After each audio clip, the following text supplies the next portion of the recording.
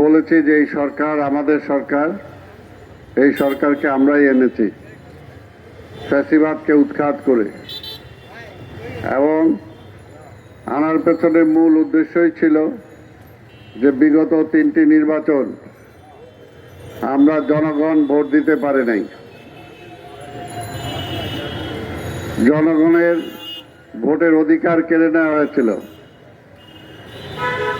এই 15 বছরে যারা নতুন ভোটার হয়েছে তার ভোটের 7টা পর্যন্ত তারা পায় নাই। তো সেই ভোটের অধিকার নিশ্চিত করার জন্যই আমরা একটা অন্তর্বর্তীকালীন সরকার আমরা চেয়েছিলাম, এবং 5ই আগস্ট অভ্যুত্থানের পরে সেই সরকার গঠিত হয়েছে। আমরা জানি যে গত সরকার ফ্যাসিবাদ সেদিকে যাওয়ার কারণে সংবিধানে অনেক লঙ্ঘন করেছে, নিজের মন মতো তারা সংশোধন করেছে। তাই আমরাও চাই যে কিছু কিছু সংস্কার করে যত দ্রুত সম্ভব একটা নির্বাচন দেওয়া যায়। কিন্তু আমরা দেখতে পাচ্ছি 3 মাসের অধিক সময় চলে যাচ্ছে, এবং এই সময়টা খুব কম না। সরকার বলছে ধৈর্য ধরতে হবে, আমরা সংস্কার করে নির্বাচন দেব। আমরাও বলি আমরা ধৈর্য ধরতে রাজি আছি, কিন্তু সেই ধৈর্যটা কোনোভাবেই স্বাধীনতার পরে 72 সালে শেখ মুজিবুর রহমানও বলেছিল যে ধৈর্য ধরতে হবে, 3 বছর কিছু দিতে পারবো না, সময় দেন। কিন্তু 3 বছরের মধ্যে যখন এই দেশে দুর্ভিক্ষ উপহার তারা দিয়েছে, মানুষ না খেয়ে মারা গিয়েছে, সেনাবাহিনীতে কাউন্টার কু হয়েছে, শিক্ষা প্রতিষ্ঠানগুলোতে পড়াশোনার বদলে অটো পাস হয়েছে, এবং সর্বোপরি সকল রাজনৈতিক দল নিষিদ্ধ করে যখন এক দল গঠন করা হয়েছে, তখন কিন্তু আর মানুষ বসে থাকে নাই। তাই আজকে এই সরকারকেও বলবো ইতিহাস থেকে শিক্ষা নেওয়ার জন্য, ইতিহাস থেকে শিক্ষা নেওয়ার জন্য 3 মাসে কিন্তু চাল ডাল তেলের নুনের দাম কমে নাই, বিদ্যুতের দাম কমে নাই, পানির দাম কমে নাই, গ্যাসের দাম কমে নাই, মানুষের দৈনন্দিন জীবনযাত্রার মান উন্নয়ন হয় নাই। তাহলে সময় যে আমরা দিচ্ছি, এই সময় আপনারা কি করলেন সেটাও তো জনগণ জানতে চায়। পাশাপাশি আমরা দেখতে পাচ্ছি যে মাঝে মাঝেই ফ্যাসিবাদের মূল যে কারিগর, তিনি তার মূল জায়গায় বসে আছেন, সেখানে বসে মাঝে মাঝে হুঙ্কার দিচ্ছেন যে কোনো মুহূর্তে আমি দেশে আসতেছি, আমি স্বপ্নে দেখে নেব। তা আমরা বলি এই প্রেতাত্মা, তার যারা প্রেতাত্মা আছে এই দেশে এখনো বিভিন্নভাবে, তাদেরকে যদি দমানো না যায়, তাদের কাঁধের উপর ভর করে যদি আপনারা মনে করেন যে সংস্কার করবেন, তাহলে সেটা কিন্তু সেই যাত্রা আপনাদের জন্য শুভ হবে না, তারা সেটা করতেও দেবে না। আর উপদেষ্টাদের বেলায় আমরা বলেছি যে এখানে একটা বিশাল মন্ত্রণালয় নিয়েও দেশ চালাতে হিমশিম খায়, সেখানে উপদেষ্টা পরিষদের সদস্য বাড়তেই পারে, কিন্তু তার মানে এই না যে উপদেষ্টা কাকে করবেন আপনি, যাকে জনগণ অন্তত গ্রহণ করবে। কিন্তু আপনার ইচ্ছা হলো একজনকে বানাই দিলাম, তাহলে তো সেটা আবার আরেক স্বৈরাচারের মতো মনোভাব হলো। তা আপনারাই বলছেন এক স্বৈরাচারকে পালিয়ে খেদিয়ে আপনাদেরকে আনা হয়েছে, নতুন স্বৈরাচার যাতে না হয়। তাই এখন রাষ্ট্র চালাতে যে আমরা বলবো যে কোনো সিদ্ধান্তই আপনি গ্রহণ করেন না কেন, আন্দোলনকারী রাজনৈতিক দলগুলোর সাথে আলোচনা করেন, আলোচনা করে সর্বজন গ্রহণযোগ্য যে সমস্ত উপদেশ লোক ব্যক্তি আছে, যারা বিভিন্ন বিষয়ে বিভিন্ন সাবজেক্টে যারা আপনাকে সহযোগিতা করতে পারবে, যারা দেশের কল্যাণে কাজ করতে পারবে, যারা নির্লোভ, যাদের অন্য কোনো দলের সাথে আনুগত্য নাই, ফ্যাসিবাদের ধারে কাছে যারা ছিল না, সেই ধরনের দেশপ্রেমিক লোকজনদেরকে নিয়ে আপনি উপদেষ্টা করেন, কোনো আপত্তি নাই।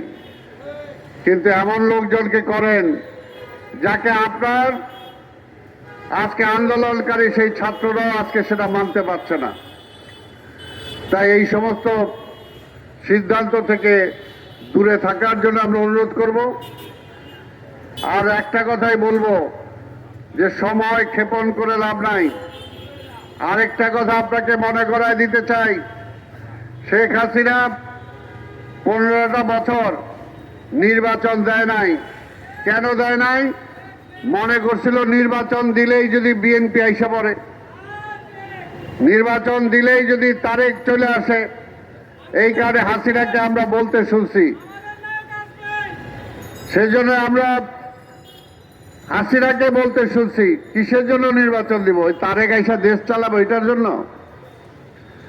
আজকে এই সরকারের মধ্যেও কি কারো মাথায় ওই ভূত আছে কিনা যে নির্বাচন দিলে যদি আবার বিএনপি চলে আসে? আরে ভাই, নির্বাচন দিলে তো বিএনপি আসবেই, এই ব্যাপারে কি কারো কোনো সন্দেহ আছে? দেশবাসীর সন্দেহ নাই। আর যদি আপনারা বিএনপি থাকার মতো কিছু চিন্তা করেন, তাহলে তো আপনাদের চিন্তা ভাবনা অন্য কিছু আছে মনে হবে। আমরা বিশ্বাস করতে চাই না সেটা, আমরা বিশ্বাস করতে চাই না। এই সরকার একটি নিরপেক্ষ সরকার, নির্দলীয় সরকার। একটা নিরপেক্ষ নির্বাচন আপনারা দেবেন। জনগণ কাকে ভোট দিবে সেটা জনগণের ব্যাপার, সেটা আপনারা নির্ধারণ করার কেউ না, আপনার চিন্তা ভাবনা করারও কেউ না। আপনাদের পিছন থেকে যদি কেউ বলে যে ভোট দিলে এখনই যদি ভোট দাও বিএনপি চলে আসবে, তাহলে তারা বুঝবেন যে তারা হলো ফ্যাসিবাদের দোসর।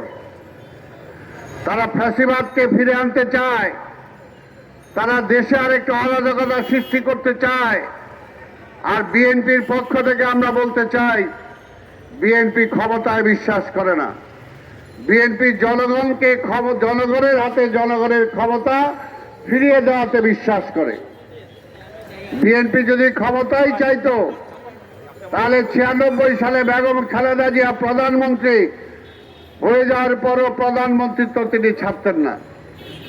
বিএনপি যদি ক্ষমতাই চাইতো, তাহলে 5ই আগস্টেই সকল বিরোধী দল আন্দোলনকারী বিরোধী দলকে নিয়ে তাহলে সেদিনই জাতীয় সরকার গঠন করতে চাইতো। আমরা সেটা চাই নাই। আমরা চাই একটা জনগণের ভোট, জনগণের ভোটের মাধ্যমে বিএনপি ক্ষমতায় যেতে চায়।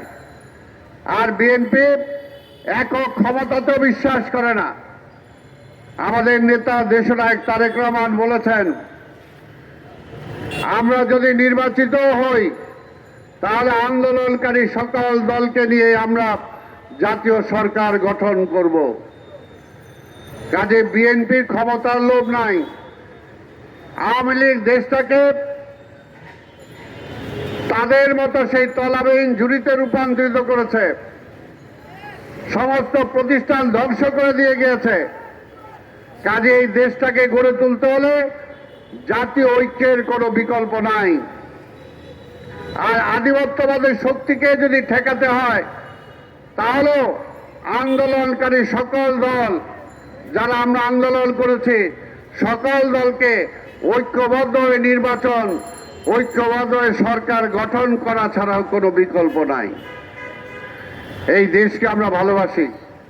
স্বাধীনতার 52-53 বছর হয়েছে। বারবার কি আমরা খালি ভোটের অধিকারের জন্যই লড়াই করব? পাকিস্তানিরা ভোটের অধিকার দেয়নি বলে আন্দোলন করেছি, যুদ্ধ করেছি। আবার ভোটের অধিকার চলে গিয়েছিল বলে 90 সৃষ্টি হয়েছিল। আবার ভোটের অধিকার চলে গিয়েছিল বলে এই 5ই আগস্ট আবার অভ্যুত্থান হয়েছে। আবার কি ভোটের অধিকারের জন্য আবার বারবার লড়াই করতে হবে? তাহলে দেশটাকে কখন আমরা গড়ে তুলব? আমরা বিশ্বাস করি এই দেশের মানুষ, 18 কোটি মানুষ, এই দেশের একটা সম্পদ, এটা একটা বোঝা না।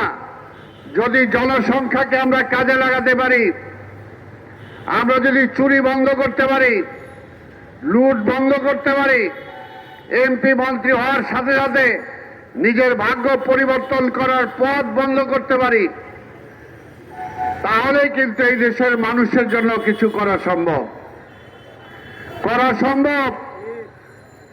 যেটা আমাদের নেতা জিয়া রহমান করেছিলেন। জিয়া রহমান ক্ষমতা আসার আগে এই দেশের মানুষ না খেতে পেয়ে এই প্রেস ক্লাবের সামনে আমরা দেখেছি বেওয়ারিশ লাশ পড়ে থাকতে। আমরা দেখেছি এই সচিবালয়ের সামনে, এই হোটেলগুলোর সামনে এখানে ডাস্টবিন ছিল, সেই ডাস্টবিন থেকে উচ্ছিষ্ট খাবার মানুষ আর কুকুর কিভাবে টানাটানি করেছে এই আওয়ামী লীগের আমলে। কিন্তু জিয়া রহমান ক্ষমতা আসার পরে মাত্র 2 বছরের মাথায় সেই দেশের মানুষকে তিনি খাইয়েছেন, আবার বিদেশে চাল রপ্তানি করেছেন। জিয়া রহমান আসার আগে জনসংখ্যা একটা বোঝা ছিল, কিন্তু জিয়া রহমান এসে এই জনসংখ্যাকে জনসম্পদে রূপান্তরিত করেছেন। তিনি মধ্যপ্রাচ্যে এই মানুষগুলোকে পাঠিয়েছেন। সারা পৃথিবীতে বাঙালিরা বিভিন্ন জায়গায় গিয়েছে, এবং আজকেও বাংলাদেশটা যে চলে 2টা সোর্সের উপরে।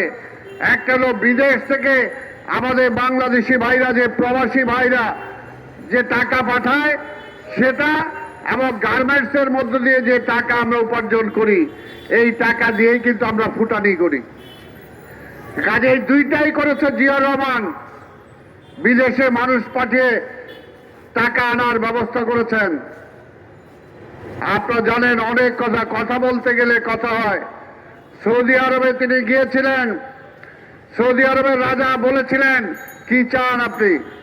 বলেছিলেন, আমি টাকা চাই না, পয়সাও চাই না, আমি চাই আমার দেশে অনেক বেকার যুবক আছে, বেকার মানুষ আছে, তুমি যদি তোমার এখানে তার কর্মসংস্থানের ব্যবস্থা করে দাও, আমি সেটাই চাই। এবং সেই কথা অনুযায়ী তিনি লক্ষ শ্রমিক সেখানে পাঠিয়েছিলেন। তাই ভাই আমার, পাশাপাশি গার্মেন্টস সৃষ্টি করেছিলেন। কাজে আজকের বিএনপিকে ভয় পায় লাভ নাই। বিএনপি জনগণের পার্টি, জনগণকে নিয়ে চিন্তা করে। তাই আমরা বলবো, বিএনপিকে শত অত্যাচার, নিপীড়ন, নির্যাতন করার পরও বিএনপি হারায় যায় নাই। আর আওয়ামী লীগ যে শেখ হাসিনা বলতো বিএনপি কই, তখনও তো বিএনপি প্রেস ক্লাবে, পার্টি অফিসের সামনে আমরা মিটিং করছি। পুলিশের দাবরানের মুখেও ঢাকা শহরে আমরা মিছিল করছি। এই জায়গাতে আমাদের মহাসচিব মির্জা ফখরুল ইসলাম আলমগীরের কোল থেকে আমাদের যুবদলের রাজাকে জোর করে ডিবি পুলিশ ছিনতাই করে ছিনাই নিয়ে গেছে। তারপরও কিন্তু আমরা রাজপথ ছাড়ি নাই। আর আজকে আওয়ামী লীগ কই? আজকে যদি শেখ হাসিনা, ওবায়দুল কাদের প্রশ্ন করতে চাই, তোমরাও পালাইছো, তোমার কর্মীরাও পালাইছে, বিএনপি পালায় নাই। বিএনপির নেতা বেগম খালেদা জিয়া পালায় নাই, জেলে গেছে, কিন্তু তারপরও তিনি আত্মসমর্পণ করে নাই। আমাদের নেতা তারেক রহমান একের পর এক মামলা দিচ্ছেন, ভয়ে লেজ গুটায় বসে থাকে নাই। যা সত্যি তা তিনি বারবার বলেছেন। সেটার জন্য বললাম, বিএনপিকে ভয় দেখায়ও লাভ নাই, আর বিএনপিকে ভয় পায়ও লাভ নাই। বিএনপি এই দেশের জন্য রাজনীতি করে। 5ই আগস্টের পরে অনেক ঘটনা ঘটতে পারত। ওবায়দুল কাদেরই বলছিলেন কয়েক লক্ষ লোক মারা যাবে, কিন্তু আমাদের নেতা দেশনায়ক তারেক রহমানের এক নির্দেশে বাংলাদেশে এমন কোথাও কোনো কিছু হয় নাই। হইতে পারত অনেক কিছুই, কিন্তু হয় নাই। আমাদের নেতা কর্মীদেরকে ধৈর্য ধরতে বলা হয়েছে। আমাদের নেতা কর্মীদের বাড়িঘর, অফিস, আদালত, ব্যবসা প্রতিষ্ঠান আওয়ামী লীগ দখল করে নিয়েছে। আমরা কিন্তু এখন পর্যন্ত সেগুলো পুনরুদ্ধার করি নাই। আমরা ধৈর্য ধরে বসে আছি। চাকরি হারিয়েছেন আমাদের নেতা কর্মীরা, সেই চাকরি এখনো ফেরত হয় নাই। আমরা বারবার বলতেছি, বারবার এই সরকারকে বলতেছি, ওই সচিবালয় এখনো ওই আগের সরকারের প্রেতাত্মারা এখনো বৈশা আছে। ওই সচিবরে পাল্টায় না, পাল্টাইলে যদি আবার বিএনপির সচিব আইসা পড়ে, এই ভয় পায় লাভ নাই। বাংলাদেশে যেদিকে তাকাবেন সেদিকে শহীদ জিয়ার সৈনিকদেরকে খুঁজে পাবেন। এই কাজেই ওই ভারতীয় আধিপত্যবাদের শক্তিকে ঠেকাইতে হলে বিএনপিকেই খুঁজে নিতে হবে, তারেক রহমানের নেতৃত্বেই ঐক্যবদ্ধ হতে হবে। তা আমি আর বক্তব্য দীর্ঘায়িত না করে আজকের এই অনুষ্ঠান যারা আয়োজন করেছেন তাদেরকে আমি ধন্যবাদ জানাই। তার আগ পর্যন্ত রাজপথে থাকতে হবে, আমাদের জনগণের পাশে থাকতে হবে, জনগণের কথা বলতে হবে, এই আশা পোষণ করে আপনাদেরকে ধন্যবাদ দিয়ে আমার বক্তব্য শেষ করছি।